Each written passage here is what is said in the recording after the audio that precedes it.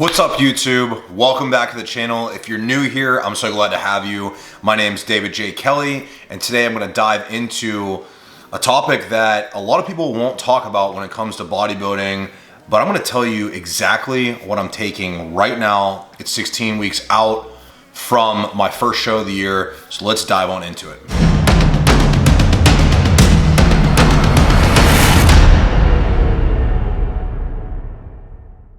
For those of you who are new here, I am a classic physique bodybuilder. In 2022, I got 5th place at Universe, which is a pro qualifier. There was 18 people, I believe, in my class, so I was 3 spots from turning pro. I took all of 2023 off to both improve my physique, but also to improve some mental health stuff that I was going through and work on some other business and money aspects of my life. So I have everything that I want to talk about listed right here on my phone, so I don't forget. To be very clear, it's not like an extensive list right now, so I just wanted to make sure I would cover all of this, so I knew that. But before I get into this any further, I want to first of all, please make note of the fact that I am in no way your doctor.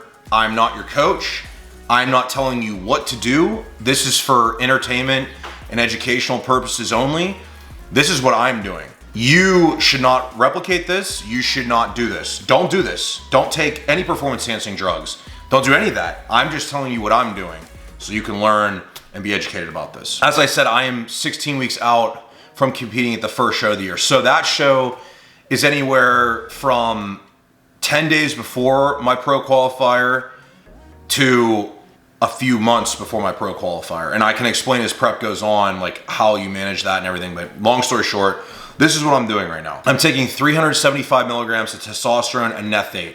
That gets pinned 125 milligrams Monday, 125 milligrams Wednesday, and 125 milligrams Friday. That's not a very high dose at all. I mean, I've ran upwards of 750 milligrams before, but I find that I don't really like running high testosterone due to the amount of estrogen conversion I get with that. So I'm not really a big fan of that personally, but I could dive into this more as I go.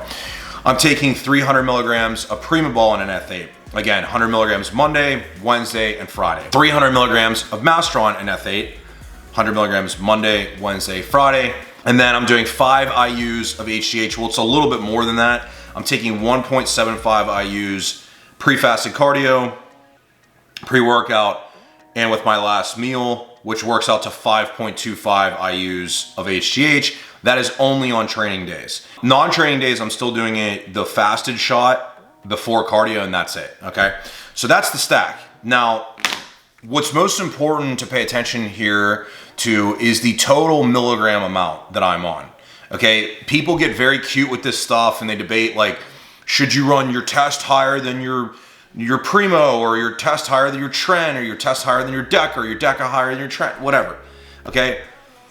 These compounds, there's something you should understand about performance enhancing drugs is that these compounds all basically do the same thing, okay? They build muscle.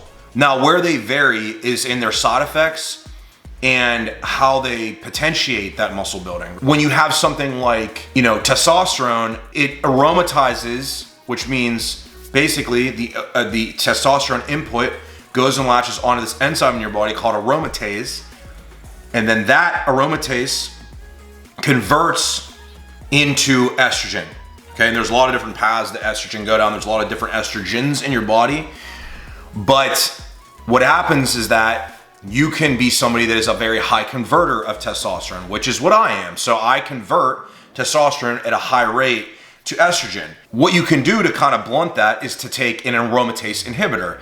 There's drugs on the market such as aromacin. There's also other drugs called SERMs, which are selective estrogen receptor modulators, which will change how that estrogen can bind on the receptors that are located throughout the body, like in the breast tissue, for example.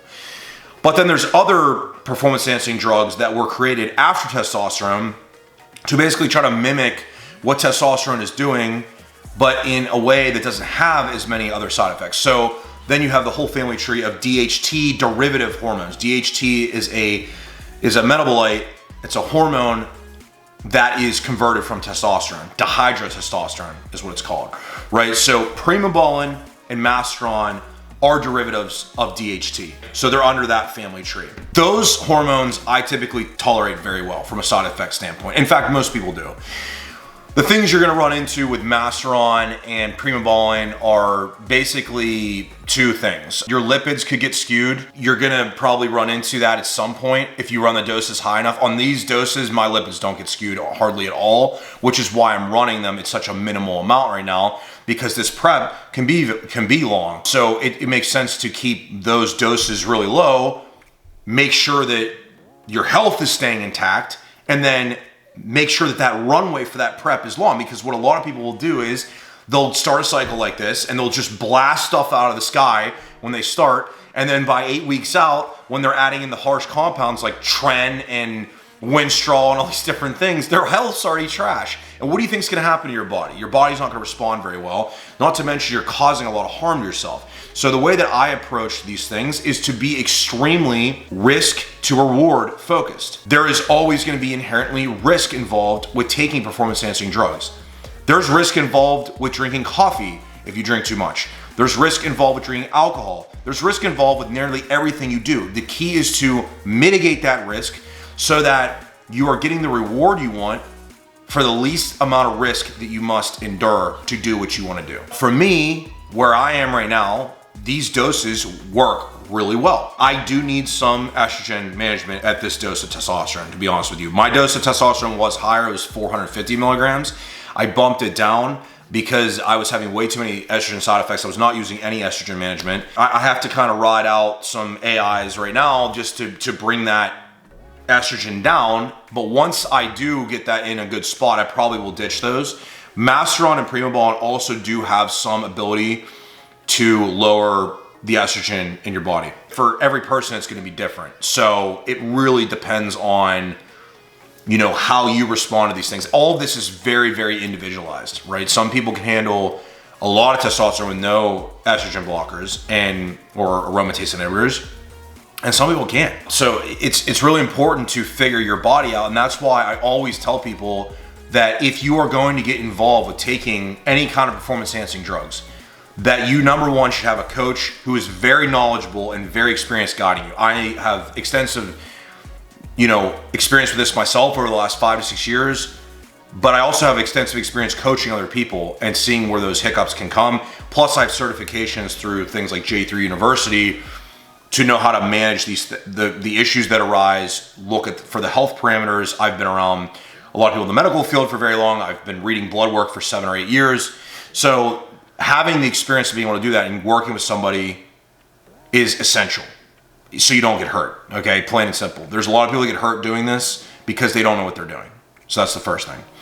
And the other thing is that people in today's world with these drugs are running way too many. Way too many and way too much. The dosing is just ridiculous. I mean, there's people running 3.5 grams of gear that are in the gym and they don't look like they even lift. They'll come up and tell me what they're taking and my jaw drops. I'm like, I'm on literally like a third or not even of that. My peak dosage in my off season was 900 milligrams of total gear to grow. I'm 280 pounds, like at 15% body fat, People have this mentality of the fact that they want to go in and take as much of this stuff as possible and just neglect all the other areas of their training and nutrition, which are actually the most important part. And I didn't want to hear that when I was younger, right? But it's true. Those things are the most important part. I used to look around and think, well, that guy's running this and this guy's running that, and maybe I should try this thing and that thing. I used to run more gear before I ever competed. I touched stuff for the first time when I was 24. My first 2 cycles had nothing to do with competing. My second cycle was bigger than anything I would ever run today. And it's just, when I look back on it, I looked like ass and I didn't know what I was doing. Now I just run enough to serve the purpose of what I'm doing. When you're in prep, you're not gonna be building muscle, okay? You're not gonna be building. You might build a little bit of muscle, but your calories are low. That's not even what you're trying to do. What you're trying to do is maintain the muscle tissue that you've built in your off season and through the bulking. The anabolics, the performance enhancing drugs, are there to do that, right? They do have some other pathways of helping you to lose body fat, of course, but they're not fat loss drugs. That's not what they're doing. what they're doing is they're preserving that muscle tissue. Most of these drugs were made to help stop muscle wasting. Muscle wasting is basically people that are cancer patients or in situations where they lose muscle really quickly because of the disease state they're in. And so these drugs were made in a lot of ways to help with that. Now, Mastron was made for the treatment of breast cancer, but it's not used anymore for that because it has very, very virilizing effects on women, meaning that they become more masculine. Body hair growth, their lady parts can grow a fair bit. I don't want to start getting into that right now. That's not the point of this video. Overall, you know, these drugs do have their side effects, just like everything. But if you are on top of your stuff, you're on top of your blood work, you're working with somebody that understands this stuff and has knowledge and experience with it, they can be managed and they can be done in a way that is not going to destroy your life. There's way too many people that are getting hurt with these things now, and I just want to be a voice out there that is promoting how to do these things in a safer manner. I feel very grateful there's a lot of people that are doing that now, but I want to be a voice vouching for that as well. Now, as the prep goes on, yeah, the dosage of these things will probably tick up a bit, but it won't be anything crazy. I mean, the Primobolan, the Mastron might go to 450 each. That's it. 600 maybe. I don't see any reason for that though. The testosterone will probably stay where it is. No need to go above on that. Honestly, guys, the drugs are not gonna be what sets you apart. It's really not. It's everything else. It's the genetics, it's the training, it's the nutrition, it's doing this over consistency for years and years. If you are looking for someone to help guide you, please reach out. I would be more than happy to help you. You could fill out the form below there. I just want to reiterate, I'm not a doctor. This is not medical advice. This is purely educational and entertainment only. So I hope you guys have enjoyed listening to this, talking about this cycle. I will probably update what I'm doing later on in prep. But for now, I just want to give out a little bit of good information here to help steer people, you know, away from doing bad things and to really, truly show you guys what somebody like me is doing right now. Anyway, thanks for joining in. I will see you guys in the next one. Stay tuned. Please make sure you're subscribed and have a great night or day, depending on whenever you're watching this.